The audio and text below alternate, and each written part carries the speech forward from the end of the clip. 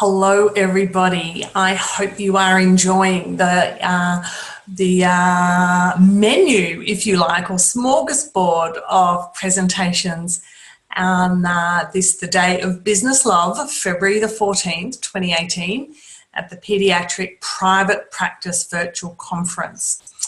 So let's get into this topic. This is an interesting one, and it can sometimes be a little bit tricky for private practice owners to get this stuff dialed up. So I'm hoping that today's presentation, how to start and sustain strong referral partnerships, really gets you off on the best possible foot for 2018.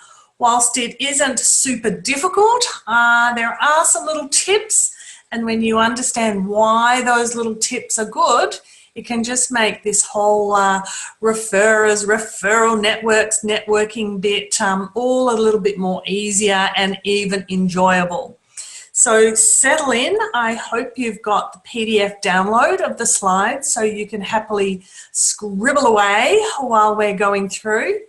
And you're very welcome to reach out to me after this big event if there's any Q&A that you think that I can help you with. So let's progress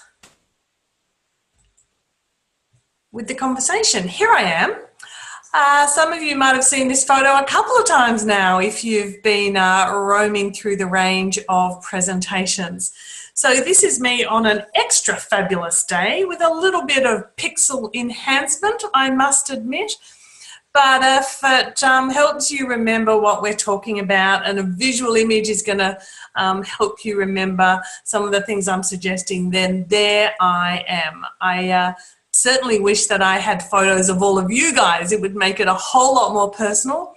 But the convenience of a virtual conference, you just can't beat it. I'm thinking that you're at work and at home and in the car and in all sorts of places accessing this content. And I guess we're going with the angle that convenience and great information beats having to get on a plane and stay somewhere and do the face-to-face stuff. So that's my thinking about it anyway, which is a bit of a segue into private practitioners and how they manage their partnerships and how they manage their networking and referrers.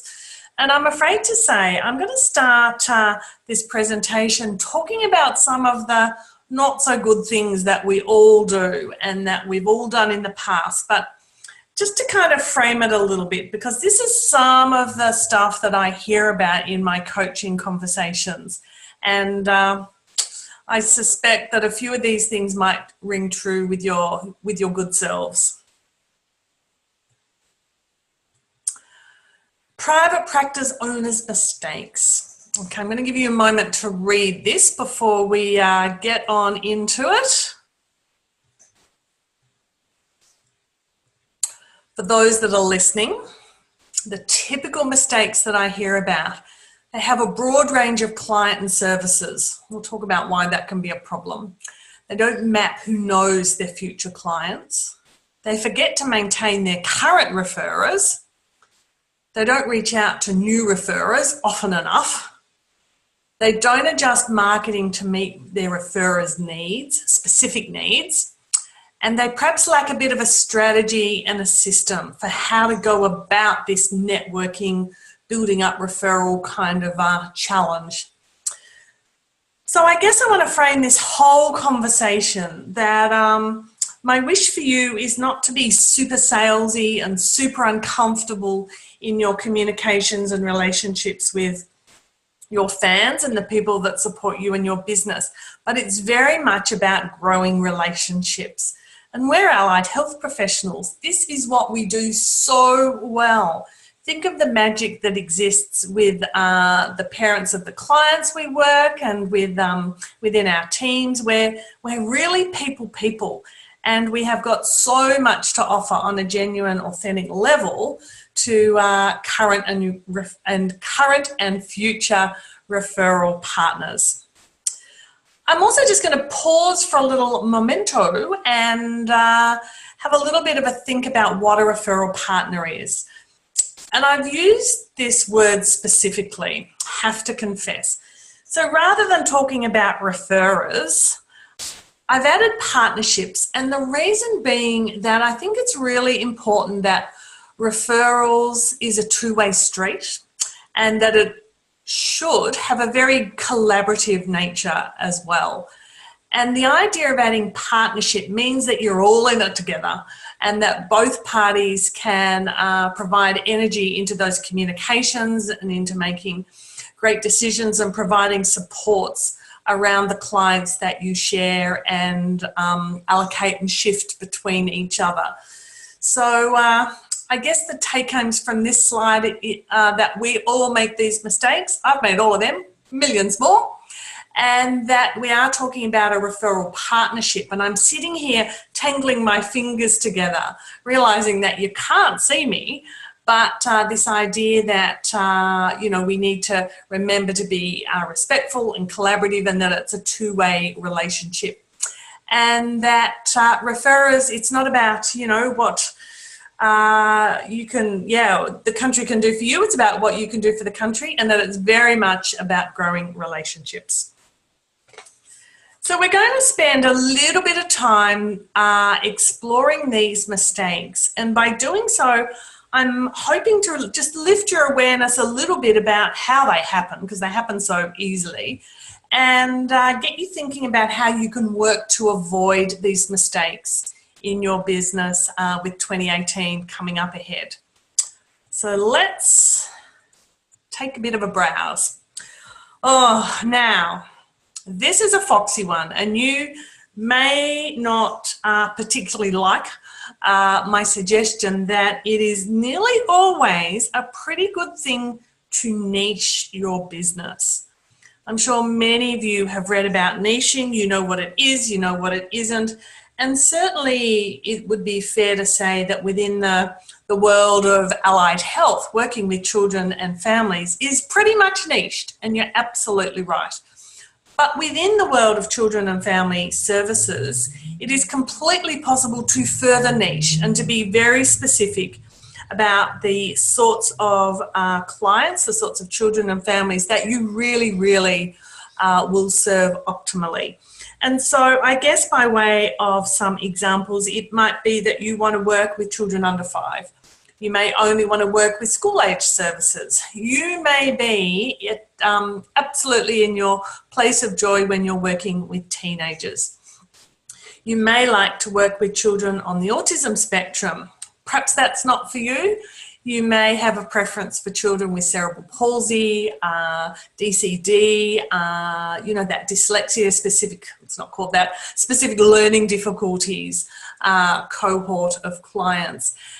And the reason I'm kind of raving on about the niche is that it makes it so much easier for your current and future referral partners to know exactly what you do and for them to remember exactly the outcomes that you get with your clients. And it also makes it a whole lot easier to know who to be talking to, because the more specific your ideal client is, the more specific and strategic your marketing, messaging, and partnership work will be. Okay? I'm just going to pause for a moment and let you cogitate that.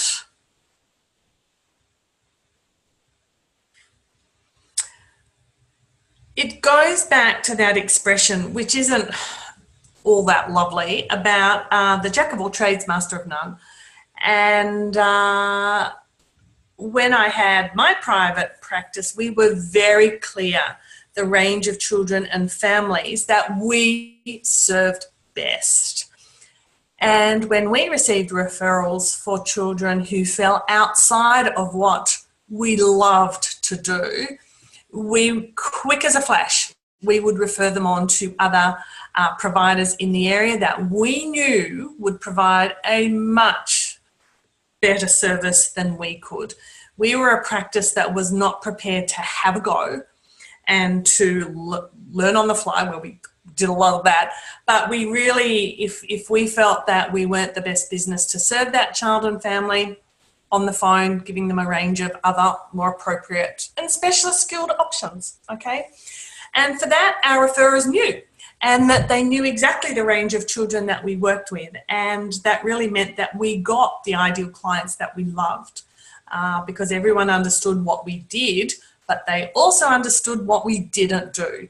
And that made it really easy for the referrers to look really great, that they're referring appropriately, and that their referral wouldn't be handed on because we weren't clear about what we were doing. Okay. So here's a mistake that private practice business owners don't always map who knows their future clients. And I don't really want to kind of go down the rabbit hole of marketing 101 or 201. I'm sure many of you are familiar with that and have perhaps listened to other things I've done or read what I've written or read online. There's a fortune about knowing who your target client is and knowing the market. And what tends to happen is we interchange these words of target and market. So let me just talk you through it really, really quickly. Your target is that red dot in the middle, okay? They are your ideal client. They are your client avatar. There's all sorts of information online about that. They are the exact perfect client that you love to serve.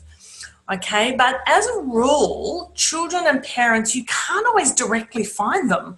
There's not really a collective noun and a collective waterhole where they all hang out because they have to go there. Typically, parents are snuggled up in closed Facebook groups. They're often very local and neighbourhood based, and unwelcoming of allied health service providers interfering in those groups. Completely understandable and quite rightly so. So it can be a little hard to market to them directly. However, look at those rings around the bullseye, around the ideal client.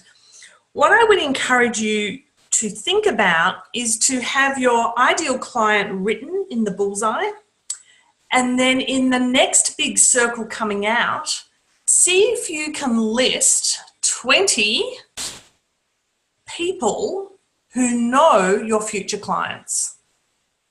I like to set the 20 target.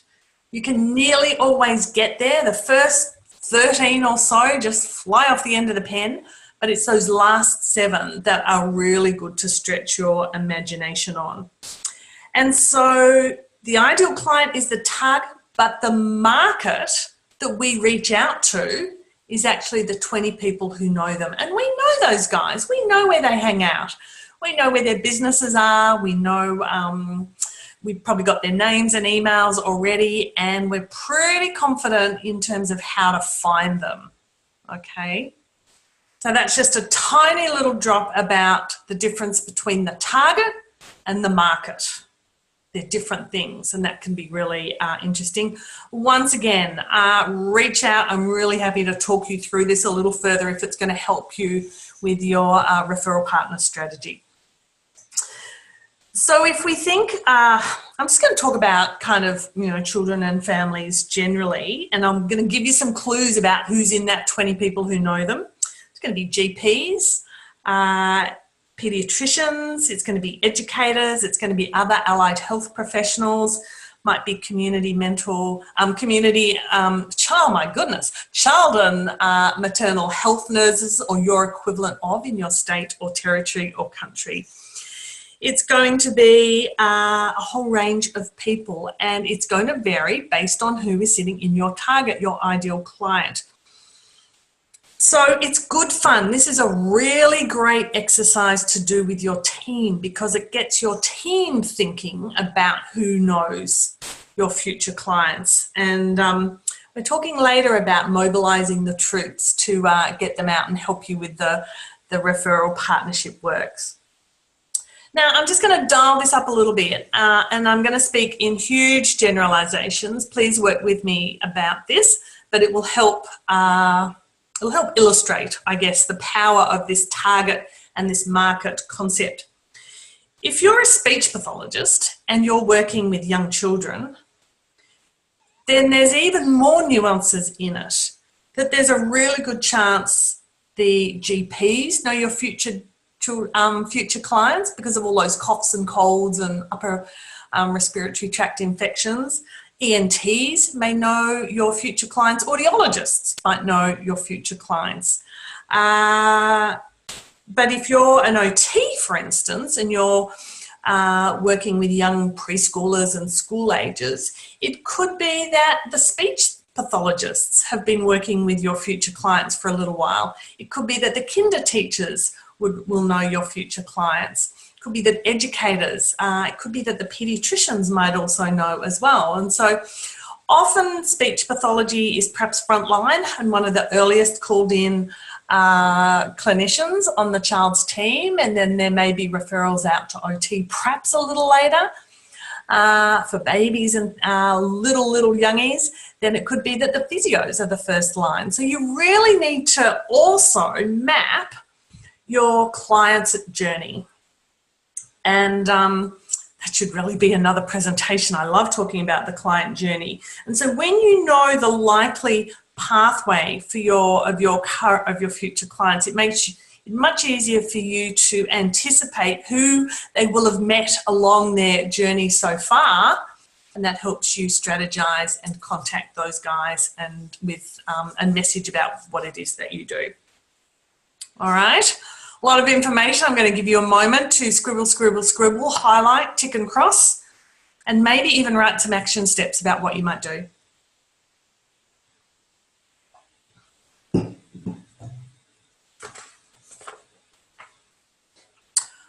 Right, so already I'm absolutely certain that you've got a significant range of current referrers. You may not know who they all are. And so you've got a whole lot of raving fans who already love and promote your work. And you just may not have any record of their history, how they heard about you, who they've referred. They may even have kind of marketing material that's out of date. I remember being horrified when clients would come in with business cards that were like 5 years old, and we'd completely rebranded ever since.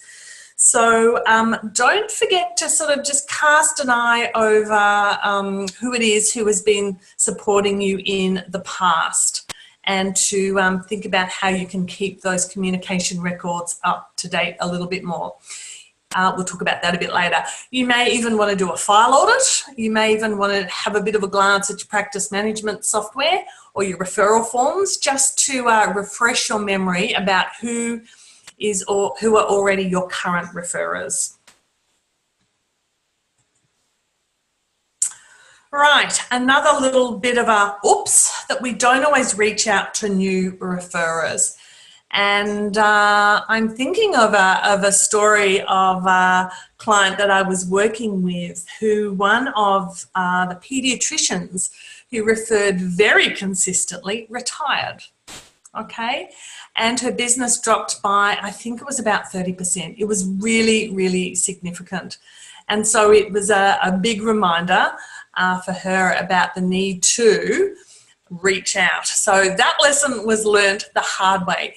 And I guess the sign of a really vibrant referral network is diversity, and that you've got many, many referrers from all sorts of places, and that you are always on the lookout for new referrers, whether it's a new paediatrician practice that might have opened up locally, whether there's a GP clinic that has opened up, perhaps there are some new allied health professionals on the block, or special educators that have set up shop. It could be that some of the leadership team at your school have changed, and that there's some people that you need to connect in with as well. So this mapping and managing and loving up of referral partners is an all day, every day, ongoing activity. And yeah, always just have your antenna up for who's out there who know your future clients. And I guess it comes back to that risk management piece, isn't it? That you're diversifying the range of people who know you and reducing that risk of, you know, a referral tap as such being turned off. Okay, so this is another mistake that I do tend to hear about, and that that business owners don't make adjustments to the marketing needs of their referrers. And I guess different people typically require different understanding and communication and marketing styles. And I guess this is illustrated quite simply. You know, if you're, you know, building up relationships with pediatricians, that's probably quite a different conversation to if you're building up referral partnerships with educators or with other allied health professionals.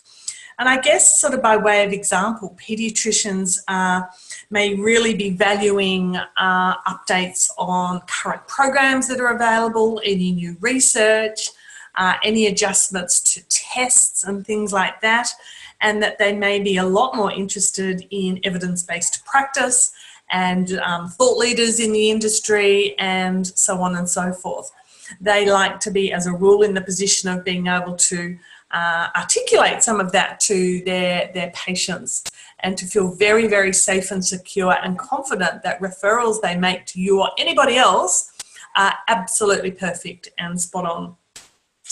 I guess in terms of building relationships with other allied health providers, they're really wanting to know that your values and your service delivery models and the interventions that you provide are really in alignment with what they do, with what their business does. And they're also often wanting some mental and emotional assurance that you're not going to poach clients and refer them on to other people, and that there is that belief of true collaboration and that you will team around the child. And I guess in terms of adjusting the communications to educators, they're really wanting to know about the impact you're going to have on the child's school performance and school participation, and because that's what affects their everyday life as well. So, you know, it comes down to having that emotional intelligence about who you're partnering with, their temperament, their styles, their preferences for communication, the sort of materials they want, and the so what factor. What is it about you and your business and your ideal clients and the outcomes you get with your clients that will really kind of, make or break a relationship partnership. Right, so typically communication with referral partners may be a little haphazard. Okay, so I guess it's, you know, start of 2018, it's January, and we're starting to think about firming up timetables and reaching out to schools because they're all coming back in. Schools may not be wanting that. Educators may not be wanting to hear from us just yet. And I'm sure you've all had that experience of, please let us settle in, we'll be in touch. And that can be a little sort of frustrating as well. But I guess to put yourself in their shoes, they have a busy few weeks ahead of them, don't they? I don't know how they do term one. I honestly don't. My educator friends just start to go a little pale about the end of February. And so, you know, to think about the timing of things and to think about whether there's other partnerships that you could be exploring rather than waiting for one big partnership to kind of become available, and to use your time really, really optimally. And I, from what I hear from the other side of the referral partner story, is that sometimes they get a sense that private practitioners reach out to them when they're quiet, and there's sort of a little bit of an expectation of, oh, you're wanting some clients, you've got some availability, you're wanting to get some little bottoms on seats, and that they're yeah, there is just this sense that they're sometimes being a little, or just very gently and professionally taken advantage of, which is really interesting to actually hear it from the other side of things. So that just reminds us to be so honest and open and wonderful to deal with and genuinely supportive and collaborative. That was my take-home message from some of those learnings.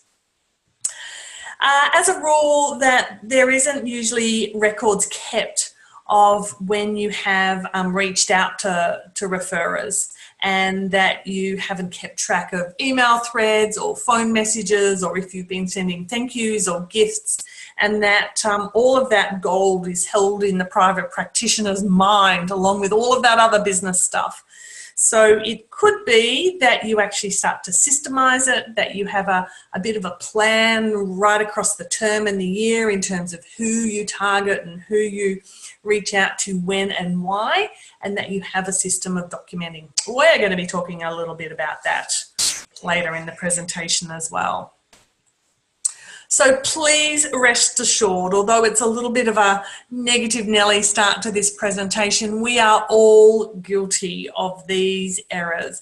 We're allied health professionals. We are not everyone has an MBA or a little sort of small business diploma tucked up under their belt, and in the busyness of business, these sorts of aspects of what we need to do as business owners can get a little slack and a little unplanned. Totally fine. What I thought I would do now is kind of switch to the sunny side and provide you with some suggestions for starting and sustaining referral partnerships. Pardon me, once I've cleared my voice, I'll be able to do that. They are in no particular order, okay? They were actually quite hard to classify. So I'm just going to roll through them, and I will provide some pauses for you to highlight and tick and maybe add to your to-do list. Some of these suggestions might just be spot on for what you need next.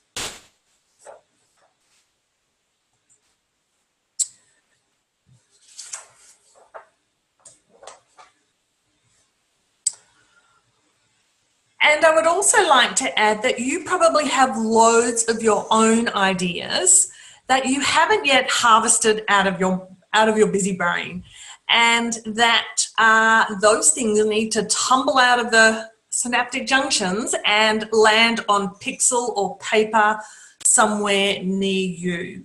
And you've got a whole lot of stuff, you know what to do, but for you to perhaps build in some time in your busy schedules to get those partnerships ideas out of your mind and somewhat planned up and activated, okay? So this isn't just about what I think might be good. Please dig deep and revisit some things that have worked brilliantly in the past, but also activate some of those ideas that you've had lurking there for a couple of months. I know you've all got those lurking ideas. Right. So remember, I had a little bit of a rant early on about having a niche. This is kind of the flip side, and I spoke to this a little bit earlier. This old chestnut you're thinking, the more specific you are about your ideal client, the easier it is for others to recall and promote what you do, okay? So I can think of clients who have really destination practices, and they do one particular thing and they do it incredibly well, okay? So I can think of clients who are genius at handwriting, dysgraphia, working with secondary students. I can think of other practices who are brilliant at language literacy and embedding that in a whole school approach. I can think of businesses that are renowned for their services for children on the autism spectrum. I can think of a business owner who is the best person I know for supporting families apply for equipment in the NDIS. I refer to her all the time. Okay, so it's okay to niche. Even within the concept of children and family services, you can actually dig a little bit deeper and develop an incredible reputation for doing a smaller range of things incredibly well. And I think back at the start of the presentation, I talked about kind of diagnostic niches. I know there's a couple of clinicians who are brilliant at Fragile X syndrome. I know some other clinicians who are fabulous with Down syndrome, so on and so forth. So find your niche and settle in and own it. Absolutely own it.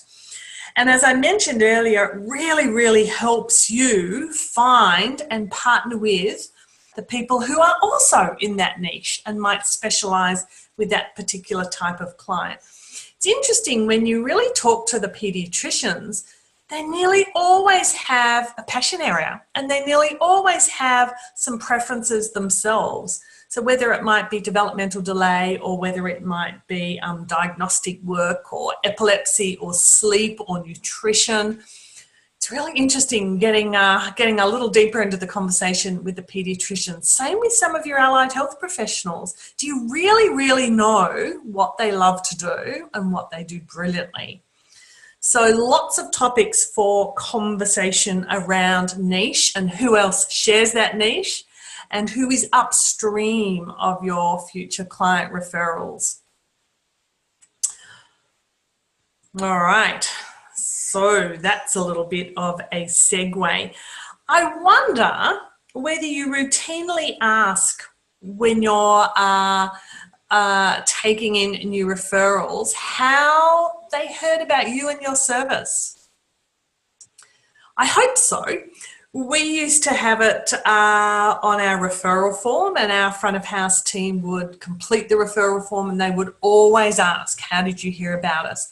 And we ran some sort of metrics on that so that at end of a month, end of a quarter, I could actually get some numbers in terms of who was referring and how often and the number of clients that they were referring. And that was great, because it meant that when I spoke to them next, I had a bit of an overview about who had come through, because there's always a bit of a discrepancy about when a family is referred and when they actually land with you ready to work. But I was able to be really specific with referral partners about how many clients they were referring and who it was and the type of clients. And it was great to have that as a foundation for some conversation. So make sure that you're asking how people heard about you. See if you can set up a mechanism for keeping some running records about the number of referrals and type of referrals that they're sending through. I can think of a coaching client who has worked incredibly hard partnering with an audiologist and a paediatrician in her neighbourhood, and to ensure that she really is getting appropriate referrals for her specialty. And that was on the back of her getting some referrals that she just couldn't serve optimally, and that she had to go back and explain, I'm just not the very best person for this. I'm really good at this and this. That was fine. The problem was solved, and they found somebody else in the neighbourhood, and now their referral network has even grown further, and there's lovely mature cross referrals going on. Who knows your future clients? I wonder whether you've ever taken the opportunity to put your ideal client in the middle of a circle and a diagram and just go nuts with the mind mapping, and to really branch it all out. And this is sort of an extension and a pen and paper version of that, that target slide that we had earlier in the presentation. But with pen and paper, you really get to see who it is, and you can add some names and you can get really, really specific. So rather than have a branch on the referral mind map with school, go specific schools. Who's in the leadership team? Who are the decision makers in the schools? Who's the head of student wellness? So on and so forth. The more specific you get, much easier to actually reach out and introduce yourself or refresh relationships that are there. And also just make sure that you've got current details as well. This is a really, really good team activity. I'm thinking of one of my coaching clients who introduced this concept at a team meeting, and they worked on it right across a team. And from what I can recall, they had a whole wall in their kitchen area where pretty much for the whole term, several weeks, whenever their team met anybody new and had any sort of conversations, a post-it note was slammed on the wall with the person's name and any contact details that they were able to harvest. And it wasn't that then went into a database and, you know, there was lots of emailing going on. It gave the business owner such a reminder about the number of people that her team were coming in contact with day after day, week after week, fortnight after fortnight, month after month. And whilst it did turn into a series of conversations, she was also able to sort of cluster them and be a little bit kind of organised with who she contacted and in what order. But she was also able to say that the details were passed on by so-and-so in her team, and that it was around so-and-so's clients and all the rest of it. So permission to go a bit nuts with the post-it notes and to harvest all of the people that you and your team come in contact with. Don't forget to include admin in this brainstorming process. They are your front of house. They are on the phone all day, every day. They are taking all sorts of calls from all sorts of people, and they will also need their own little pile of sticky notes and pens to slam on the wall and gather their contributions as well.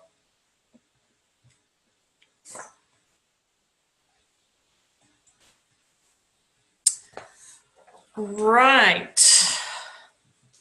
Have you ever received a thank you note? I got a thank you note towards the end of last year from somebody who I do some business with, and we share the same sort of crazy and support each other's businesses, and it was divine. It just came at a perfect moment, and that thank you card sat on my desk for weeks. And it was such a beautiful reminder of the collaborative relationship that we have. We're in different industries altogether, but share a lot. And it just made me remember that a thank you is very, very powerful. And I'm wondering about how often you write back to your referrers and thank them.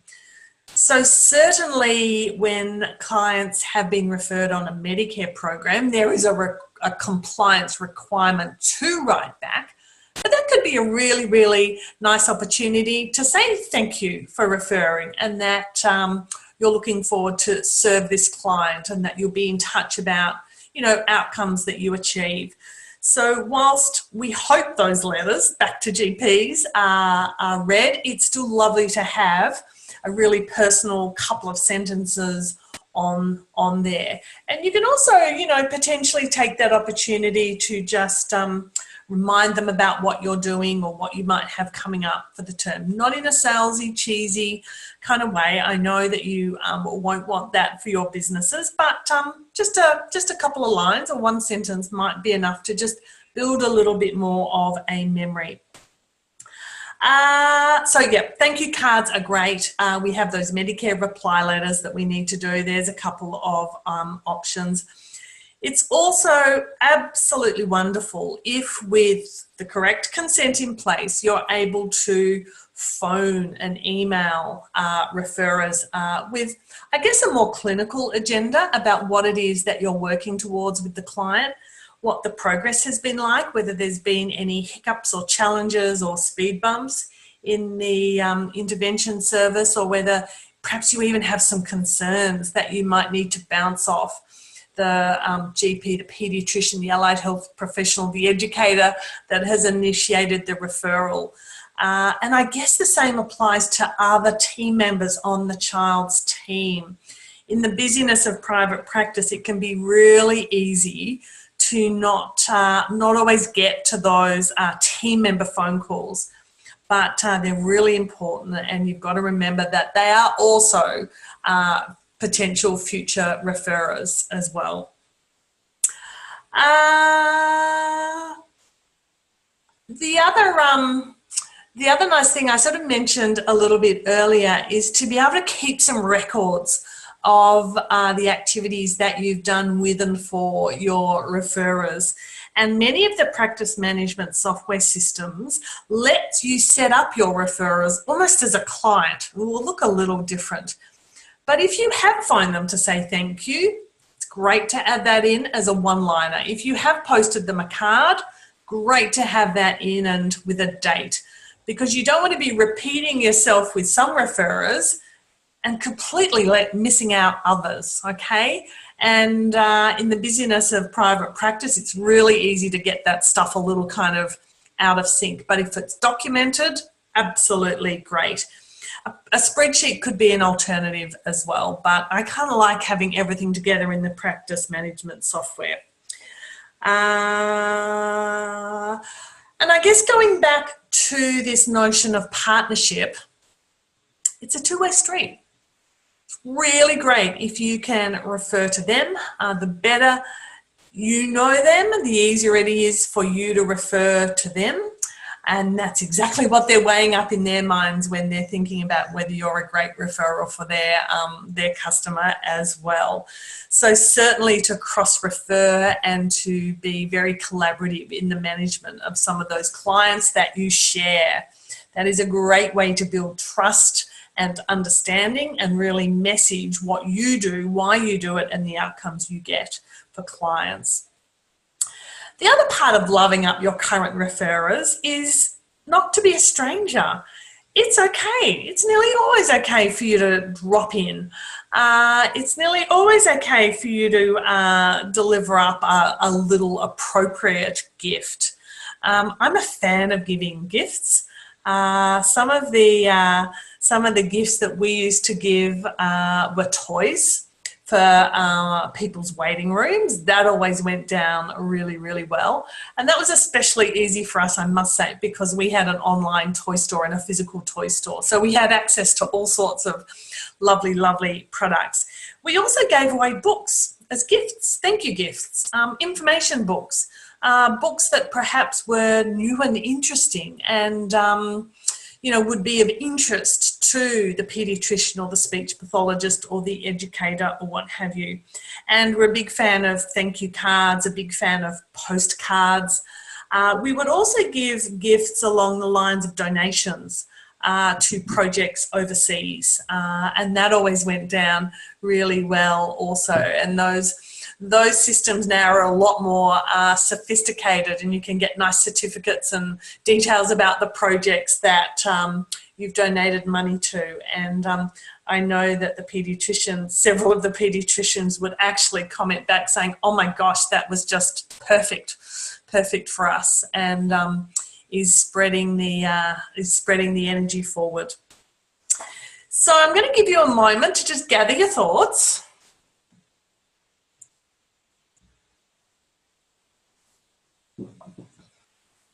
I'm going to leave you with a very gentle challenge. Scribble down 3 things that you could do to love up your current referrers.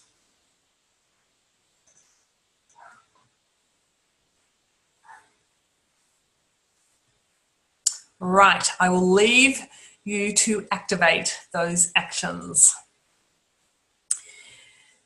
Now, this could be something that you don't think about sort of explicitly, but I am pretty confident in saying that you have a whole crowd of clients that have worked with you. They may be current, they may have finished with you, who have just loved what you did, okay?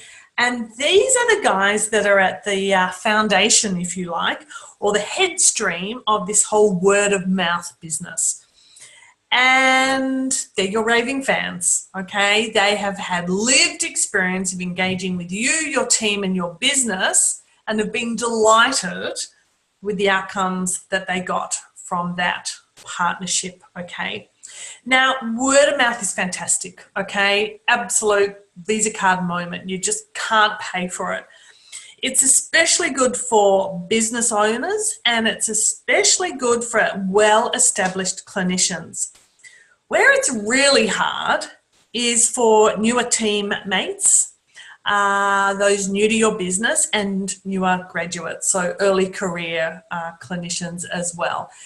And as a business owner, I think it could be good for you to stop and think about how you can really support new teammates, early career clinicians get that street cred. It's going to be different for everybody, but it's a little bit of a sideline, a little bit of a digression, but I'm sure you know what I mean when I say give that some thought and how you can fast track that and potentially build some confidence in your new teammates and early career clinicians about how they can help clients kind of spread the word about what they do.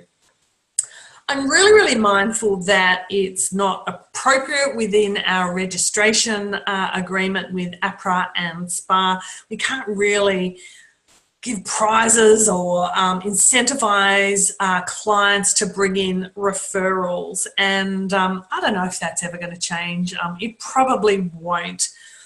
But you can certainly let your past clients and your current clients know exactly what you're up to and what you're working on as a business. And it's really okay to ask your current clients for an introduction to maybe some of the other people working on the child's team. Absolutely fine for you to request an email or phone introduction to other health professionals on the team, other medicos on the team, maybe even other parents that they know or other educators as well. It's a very natural topic, I guess, a very natural introduction in that you have the child's interest at heart. And this tends to be something that that gets a little sidelined, that you get so busy and into the provision of clinical services for the clients that maybe you're not reaching out to the team. Maybe you don't actually know who also serves that child and family. And by way of great clinical governance and great team building, teaming around the child, reaching out to the child's team, requesting introductions is really great for the child, but it could also build some other networks and partnerships for you and the business as well. This works beautifully with schools.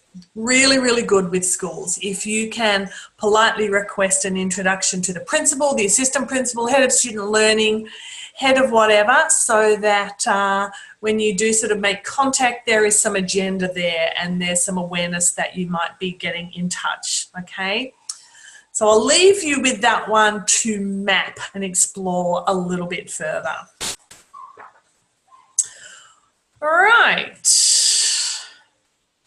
So this goes back to that error that I tend to see about not individualizing communications. So it goes back to really kind of understanding who it is at a very, very human level that you are wanting to build referral partnerships, referral relationships with.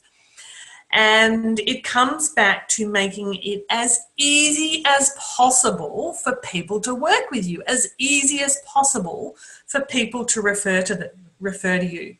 So I remember chatting to a pediatrician once, and I actually used to work from his room. And one day I opened one of the drawers and it was, I promise you, completely full of little bundles of business cards with rubber bands around each little bundle. Okay, you got a visual. And, you know, my cards were in there, your cards were in there, everybody else's cards were in there. And a little while after, I sort of said to him, I said, I noticed you got a drawer of cards. And he sort of eye rolled. And we got talking about it. We knew each other really well, which was good. I said, so what's the easiest possible thing I can do that will make it super efficient for you to refer clients to me and my business? And he said, oh, look, I just wish I had some referral pads. I didn't even really know what a referral pad was, but I kind of figured it out really, really quickly. And I got some printed up and they were branded. They had a really nice welcome message on them, just 10 words. It had some check boxes and it had the child's name, and we sort of test drove it a little bit with that particular paediatrician. He loved it. And I gave the check boxes especially for him because his handwriting, dare I say, was a little hard to fathom at times. And then I took it to some other paediatricians and they loved it, absolutely loved it.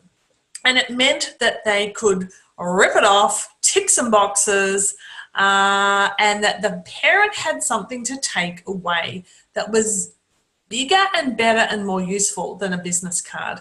So talk about a back to the future moment. That really was an interesting learning curve, and it came about from me asking the question, how can I make it easier and more efficient for you to refer to us? And on the back of noticing that you had a drawer full of business card bundles. Okay, so you and your business will have a similar solution to customizing the communications with your future referrers. Okay, so business cards might be absolutely fine for some of your allied health colleagues. Always provide them in a box. Always keep topping up and making sure that they have enough. Always provide a holder or something for them to sit on the desk. I used to get some lovely little plastic boxes that I could put a good wad in, and then I would glue my business card to the top of the box so that they knew exactly what was in there. You may also want to have some postcard type communications, those beautiful bright postcards. Some of your paediatricians might be really happy with that. Some educators might be really keen to have a flyer because they may not have time to really elaborate on all the detailed, wonderful services that you offer, but they do want the family to explore that as a next step for their child. And so bright postcards, flyers might work really well in other settings. So please engage a graphic designer unless you're a bit of a closet designer. The days of the home publishing, and hitting it out on the printer are gone. Maybe you want to have a look at Canva. You might be able to craft up some beautiful documents there as well, and that certainly gives you that agility to be able to update them quickly and easily as well. Find out also from your referral partners whether they like email, whether they'd rather a phone call, whether they like the occasional drop-in, whether or not they would like you to pop by with coffee or lunch or some other little treat for the staff room. The more human you can make it, the better. The more effective and easy you can make it, even better still. Right, I alluded to this before. You don't have to do all of this yourself as the business owner. It is very, very cool to mobilize your team to help you reach all of those current referrers and future referrers sitting out in the market ring around your ideal client. But you might need to add some training into their performance development frameworks. And it might need to be an agenda item on your team meetings. Not everyone in your team is going to be super comfortable, and they may feel that it's a bit salesy, and they may feel that it's your job to be out there kind of building partnerships and relationships with others. So I know that you will completely know what to do best with your team, and the more collaborative you can make it, the more engaged, the more you can engage and involve them in the design of your partnership strategy, the better. And at the end of the day, some of your team will just love this and others might kind of loathe it. And that's okay. That's okay. There's always something someone can do to be promoting some partnerships. Always make sure that they have access to a full pack of your promotional materials so that it's in their car or in their backpack or what have you. Yeah, it's just kind of some extra legs. And remember that activity of everyone bringing back all of the people they've met to the kitchen wall as well. That could maybe be a really good first step for them getting their kind of partnership brain into gear.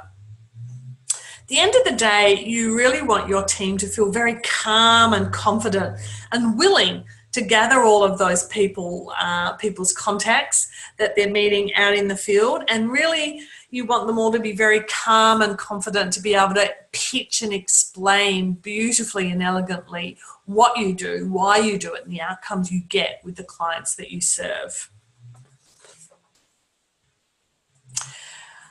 Oh dear, this is my favorite slide. I think it's really, really important to be generous.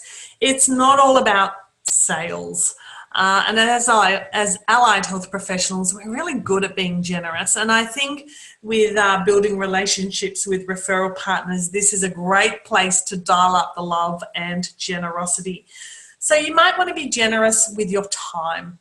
You might want to be generous with your intellectual property and the information that you have. You might want to be generous with your resources as well. I've heard some lovely examples of business owners emailing some referral partners with a link to a fabulous article that they read, or a new interesting journal article that is really, really on point with the work that they're doing together.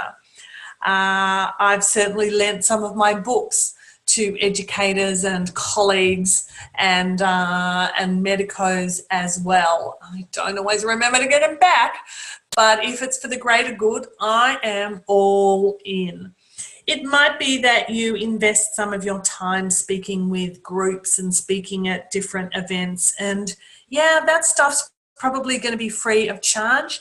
But I guess when we're developing really strong partnership networks, we're in for the long game.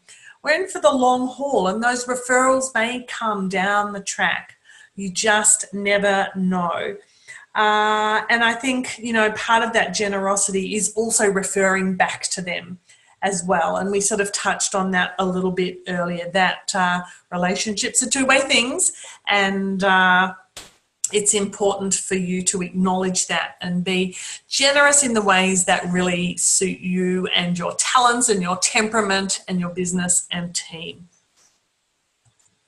So here's something a little bit more practical. It's really easy now with technology to have lists of all your referral partners. And it might be that they're sitting in your practice management software. We touched on that earlier. It might be that you've got them all sitting in a spreadsheet with their names and emails and contacts, contact details, and those running records of the interactions that you've had together. If they're in the practice management software and if they're in the spreadsheet, you can export them to a fabulous product like MailChimp. I know many, many of you, probably all of you, are having great fun with MailChimp. And you could think about having a particular specialist newsletter that goes out to your referral partners, okay? It's going to be a little bit different from what you might send out to your current clients. Okay, it might have different content, it might have links to interesting websites, it might have some updates about the NDIS, for instance, or some of the Medicare schemes that are involved in. It might also have some updates about new team members that have joined you, or interesting new projects that you're working on, new programs that you're delivering. You might have been to some amazing professional development, and you might want to share not that you went, but the outcomes of that learning and how you're changing what you do and changing your offer and your value proposition essentially for your business. Short, sweet, succinct, totally okay to have a referral network, referral partners newsletter going out, perhaps, I don't know, off the top of my head, maybe the start of every term, so for a year. You can also ask them what they'd like to know about. I know that pediatricians are always curious about sensory processing, about how language rolls into literacy, you know, the nuances of different aspects of development. They're always interested to know about what's really happening in schools, so on and so forth. So you know your partners, you know what's amazing about your business. Don't be shy to share that up as a newsletter, perhaps through MailChimp. Perhaps you could have some get-togethers. I can think of a fabulous business that once a term has a huge get-together with everybody in their region being invited. There might be a guest speaker. There's often a guest speaker. There's always a theme. It's pretty structured, and it's not unusual for there to be 10, 15 people in the room, and everyone cross-refers. And while sometimes conversation can digress to so-and-so and so-and-so and some very special little clients, on the whole, it's very much a shared agenda about networking, about clinical information, about systems, about new things popping up in the neighbourhood, so on and so forth. So don't be shy to perhaps have an information evening, getting a speaker, casting the invite out to all of your referral partners, educators, allied health professionals, medicos. You might be surprised by who actually is really, really keen to come along and put some names to faces. How many times have you heard that expression? Oh my goodness, it's so lovely to meet you. I've been reading your reports for years. Imagine sort of all of those lovely connections. Which kind of gets to this one. No big surprise that this is here, and it's kind of rounding up the list of strategies I've provided to you. Keep it real, you know, get in touch personally. And I guess this sort of sits with the slide about training up and mobilizing your team. It's probably ideal if you can actually reach out and phone people first, and for you to message that they can expect an email or a drop-in or a conversation or something. You are the business owner, and it's really important that you have referral relationships with the people directly in schools, with the medicos, with all of your allied health partners in the area, and that everyone knows who you are and everyone knows what your business does and who's on your team and what your programs are. So whilst it might be time consuming, oh my goodness, it is just one of the best referral partner strategies that you can possibly have. And I guess the next steps are really some coffee meetings or some lunches or perhaps some emails or, you know, other sort of exchanges. But you know yourself what a joy it has been when someone has actually phoned you and introduced themselves, and the value that sits in those conversations. You really get to know them personally. You get to know a little bit more about them. You might be able to share some local intel, offer each other some suggestions, and that stuff is really, really good and can only be done face to face. If you can possibly get the chance to personally visit schools in particular, that is a mighty fine thing, okay? It just frontlines you as the business owner and is a reminder that the school can also get in touch with you directly about whatever it is that it might be. So we've run through a whole lot of classic mistakes, if you like, and a whole lot of suggestions, but nothing beats actually having a strategy. And I mean a real strategy that is out of your head and is written down. It might be on paper, it might be a mind map, it might be a poster, it might be a project management kind of approach. You might be using Trello or Asana for some of these activities, or a Gantt chart or something or other. Whatever it is, you've got to get it out of your head, out of your team's minds, and actually action the plan. Because there's a really good chance, I suspect, that you can't do it all at once, and that there may be a bit of an initial rush on getting it done that then isn't sustained right across the year. Am I right? I think I might have heard some of these stories before from my clients. Okay, so imagine having the whole year planned out with all of your partnership activities booked, planned first, designed first, and then locked into your calendar. How good would that feel? What difference would that make to your partnerships and your business activity and your business referrals? I think it would certainly make a bit of a difference. Okay, so you may be needing to map your referral clients. You might be needing to talk to them about how to make it easier to refer to you. You might be needing an update about what they're up to and how you can refer to them.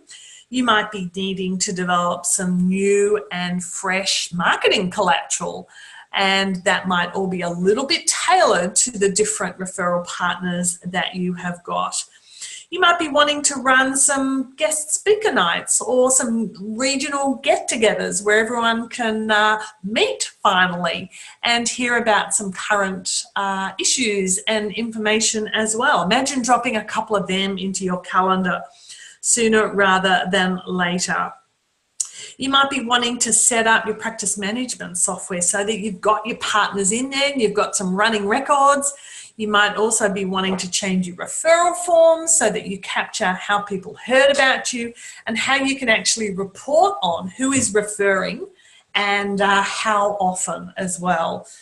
So you might also be wanting to kind of think about the sequence. I get asked this all the time, and the question is, what's the best order to contact people in?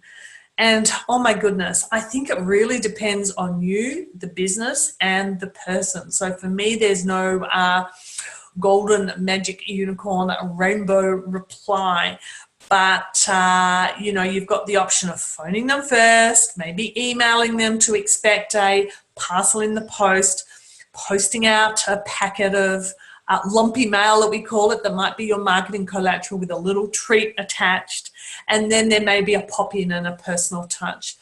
You can manipulate those 1, 2, 3, 4 activities to best suit you, your team, your business, and the people that you're engaging with. And I know you'll make great decisions around that. Be yourself. Be yourself. Don't make it salesy. Don't make it cheesy. Speak in your own language. Really work hard perhaps on your pitch so that when they ask, what do you do? What makes you different from others? You have just got some beautifully crafted, completely genuine sentences good to go. We want you to, you know, really understand your business and really understand what it serves up and how you deliver on that, and that has to be an expression of your values and what your business stands for. So at the end of the day, it's about being real, and it's about being human, and it's about being fun, professionally fun, and being creative, and really having that beautiful calm confidence and presence to really build really fabulous relationships, professional relationships, and to extend the hand of partnership to new guys that are coming into the area as well. So bear in mind, it's really about building relationships rather than your bank balance. And the more needy you are when you're reaching out to new referrals, the more needy you will appear. And that, I promise, will be picked up. But I know that you're all awesome, and that you know how to rein all of that good stuff in and let your wonderful selves shine. That is it from me. Okay, I hope you have had some reflection on some of the typical mistakes we all make in this game of referral partnerships, and I hope you've got some interesting new ideas of things that you could try, and that you're starting to think about how you could actually build up a referral partnership strategy, and how it could also be sort of written up and part of your policy and procedure and the way that you do things in your business. And it's very much about you being your awesome, authentic self in building those relationships and leading your team to do the same. Best of luck with it. You know where I am. Please don't be concerned that I'm busy and taking up, and that you feel a bit uncomfortable about taking up my time. You've got my mobile number, you've got my email. Hit me up with any Q&A. I love talking about private practice. You should know that by now. It would be my absolute pleasure to crunch out a couple of solutions for you if that's what you need. ideally jump into my calendar and book yourself a power call, 30 minutes, freebie, pick my brains, and we'll see how we can progress your business. I am a huge fan of private practitioners.